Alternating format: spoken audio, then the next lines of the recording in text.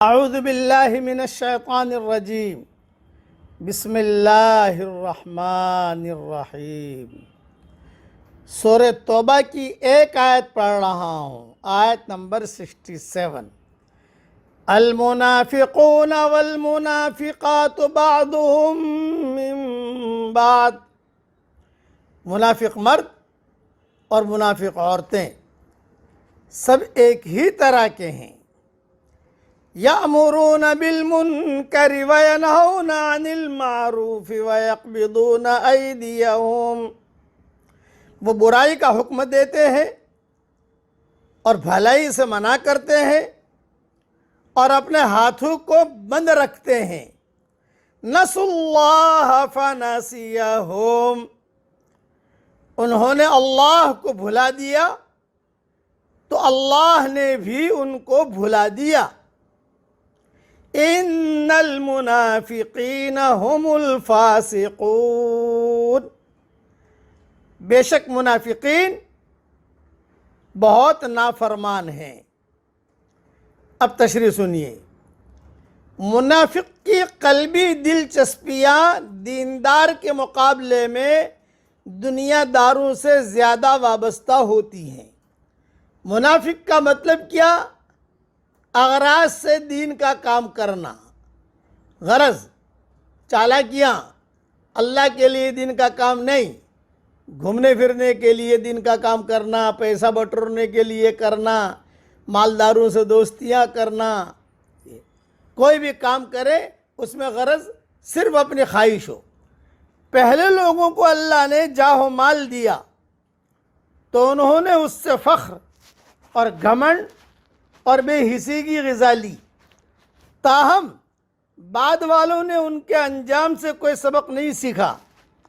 انہوں نے بھی دنیا کے ساز و سامان سے اپنے لیے وہی حصہ پسند کیا جس کو ان کے پچھلوں نے پسند کیا تھا۔ یہی ہر دور میں عام آدمی کا حال رہا ہے کہ وہ حق کے تقاضوں کو کوئی اہمیت نہیں دیتا، مال اور اولاد کے تقاضے ہی اس کے نزدیک سب سے بڑی چیز ہوتے ہیں۔ منافق کا حال بھی باعتبار حقیقت یہی ہوتا ہے۔ وہ ظاہری طور پر تو مسلمانوں جیسا نظر آتا ہے، مسلمانوں کے ساتھ نماز پڑھتا ہے، مسلمانوں جیسی داڑھیاں کپڑے ہوتے ہیں، مسلمان عورتوں کی طرح برقعے اوڑھتی ہیں، مگر اس کے جینے کی سطح وہی ہوتی ہے جو عام دنیا داروں کی سطح ہوتی ہے۔ اس کا نتیجہ یہ ہوتا ہے کہ بعض نمائشی اعمال کو چھوڑ کر حقیقی زندگی میں وہ ویسا ہی ہوتا ہے جیسا عام دنیا دار ہوتے ہیں۔ منافق کی قلبی دلچسپیاں دیندار کے مقابلے میں دنیا داروں سے زیادہ وابستہ ہوتی ہیں۔ ہم اجتماعات میں جاتے تھے، میں میری بات بتا رہا ہوں، سب جگہ پروگرام میں جاتے تھے تو کچھ لوگ بیان میں تو بیٹھتے نہیں تھے، لیکن جو سیٹھیاں آتے تھے ان سے دوستیاں کرتے تھے۔ یہ تو میرے ساتھ قصہ ہوا ہے کہ لوگ مجھے بلاتے تھے، میں جاتا تھا تو ایک آدمی نے کہا آپ کے یہاں آنے سے فلاں آدمی نے 75 لاکھ روپیہ جمع کیا۔ میں نے کہا بھی میرے آنے سے کیسے جمع کیا؟ بولے آپ کے آنے سے سارے سیٹھیاں آئے، آپ نہیں آتے تو یہ سیٹھیاں نہیں آتے۔ آپ نے بیان کیا، انہوں نے کھانا کھلایا، آپ کو جو گاڑی میں بٹھایا، آپ کے مقام پر پہنچا دیا، اور بعد میں ان سیٹھیوں سے ملاقاتیں کی۔ یہ منافق، اس کو منافق کہتے ہیں۔ ایک قصہ میرے ساتھ نہیں ہوا ہے، میرے ساتھ درجنوں قصے ہوئے ہیں اس قسم کے۔ بعد میں نے احتیاط کر دی جانے کے اندر، پھر جو ہے میں کئی شرطوں کے ساتھ کسی جگہ جاتا تھا، اب تو وہ جانا بھی بند ہو گیا حالات کی وجہ سے۔ منافق کی قلبی دلچسپیاں دیندار کے مقابلے میں دنیا داروں سے زیادہ وابستہ ہوتی ہیں۔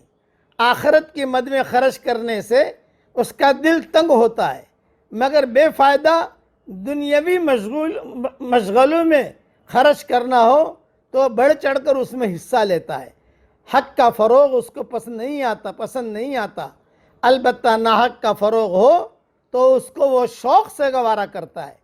ظاہری دینداری کے باوجود وہ اللہ اور آخرت کو اس طرح بھولا رہتا ہے جیسے اس کے نزدیک اللہ اور آخرت کی کوئی حقیقت نہیں۔